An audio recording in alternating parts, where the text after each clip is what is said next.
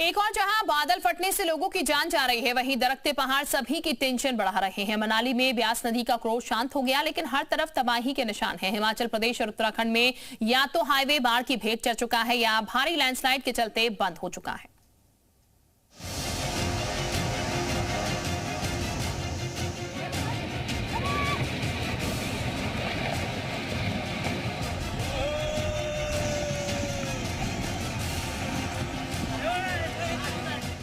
रामबन हो या फिर डोडा, मनाली हो या फिर मंडी, घाटी से लेकर पहाड़ तक बादलों ने हाहाकार मचा रखा है। कहीं नदियां उफान पर हैं तो कहीं लैंडस्लाइड ने जिंदगी पर ब्रेक लगा दिया है।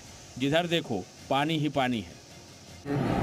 आप देख रहे हो ये पूरा जो दरिया दिख रहा है ना आपको, पूरा दरिया रोक दिया इस।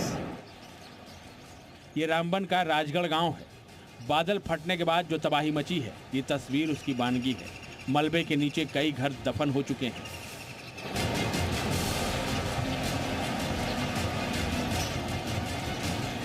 रात में बादल फटा, जिसके चलते 4 लोगों की जान चली गई।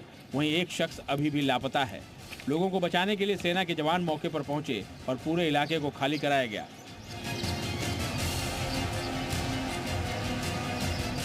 रात को बादल फटने की वजह से ये जो ज़मीन फटी है और इसके नीचे घर था जिसमें 7 आदमी मौजूद थे और 7 की डेथ हो चुकी है, जिनके जम्मू कश्मीर के रियासी में भी प्रकृति का कहर टूटा है।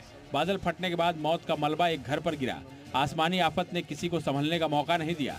जिस घर पर मलबा गिरा उस घर के 7 लोगों की जान चली गई। मलबा इतना ज्यादा है कि कई फीट खुदाई के बाद शवों को निकाला गया। मौसम की मार से मनाली भी कराह रहा है। ब्यास नदी का क्रोध तो शांत हो गया है, लेकिन नदी के तांडव के बाद हर तरफ तबाही और बर्बादी के निशान हैं। कुल्लू से मनाली जाने वाले हाईवे को ब्यास नदी निगल चुकी है, तो मनाली के लोग कच्चे रास्ते के जरिए अपनी मंजिल तक पहुंचने के लिए मजबूर हैं। तस्वीरें जो लगातार आ रही हैं वो परेशान करेंगी। परेशान इसलिए करेंगी कि मनाली का जीवन, मनाली का भविष्य पूरी तरीके से अब खतरे में है। जिस जगह मैं मौजूद हूँ, मेरे पीछे अगर आप ये देखें तो ये विकराल रूप से बहने वाली ब्यास नदी और ठीक उसके सामने आपको नेशनल हाईवे दिखाई देगा। नेशनल हाईवे पूरी तरीके से खत्म हो चुका है। तकरीबन 40 किलोमीटर का जो पैच है वो निस्तो नाबूद हो चुका है। मनाली में अभी भी ऐसे लोग मौजूद हैं जो यहाँ से निकलना चाहते हैं, लेकिन सड़कों और रास्तों के ध्वस्त होने से न तो बाहर से मदद आ पा रही है और न यहाँ के लोग बाहर जा पा रहे हैं। इस आपदा का सबसे ज्यादा नुकसान यहाँ के टूरिज्म व्यवसाय को हुआ है। इस रास्ते से 3 दिन हो गए, ये डेली थोड़ा थोड़ा बनाते हैं। पूरे बारिश के कारण रोड नीचे धस रहा है। ये डेली यहाँ दिन में काम होता है, शाम को बारिश होती है, नीचे धस रहा है रोड। तो हम लोगों को बहुत दिक्कत आ रही है। टैक्सी का काम है, बिल्कुल गाड़ियाँ हमारी मनाली बाजार में खड़ी है तो गाड़ियाँ क्रॉस नहीं हो रही है। 3 दिन से हमारी गाड़ी खड़ी है तो रोजगार बिल्कुल ठप पड़ा हुआ है। जितने परेशान यहाँ फंसे टूरिस्ट हैं, उससे कहीं ज्यादा परेशान हैं यहाँ के बाशिंदे, क्योंकि आसमानी आफत के चलते बिजली के खंभे उखड़ चुके हैं। पीने के पानी की सप्लाई भी ठप पड़ चुकी है। पानी की समस्या यहाँ बता रहे हैं कि पानी लाइट की सबकी समस्या है। बुरा हाल है, रोड का बुरा हाल है। कितना पैदल चलना पड़ रहा है अभी आप लोग को? पैदल तो है 10-12 किलोमीटर। 10-12 किलोमीटर ऐसे जी मनाली तक जाना पड़ता है सर।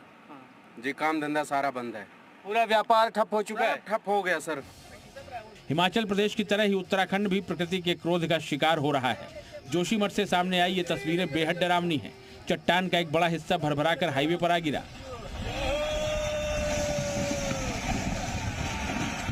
इस लैंडस्लाइड के बाद बद्रीनाथ राष्ट्रीय राजमार्ग पूरी तरह से बंद हो गया। गनीमत यह रही कि जिस समय पहाड़ दरका उस समय ट्रैफिक को रोक दिया गया था। जोशीमठ की तरह ही धारचूला इलाके में भी पहाड़ दरक गया। भारी चट्टान और बोल्डर का मलबा सड़क पर आ धमका, जिसके चलते सोबला मोटर मार्ग पूरी तरह से बंद हो गया। गनीमत रही कि इस दौरान कोई गाड़ी वहां से नहीं गुजर रही थी। पहाड़ों से लगातार हो रही बारिश लोगों को डरा रही है। कहीं बादल फटने से लोगों की जान जा रही है तो कहीं आपदा के बाद उससे उबरने की कवायद जारी है। कुल मिलाकर पहाड़ों पर बादलों की विनाश लीला जारी है। ब्रजेश तिवारी के साथ ब्यूरो रिपोर्ट, जी मीडिया।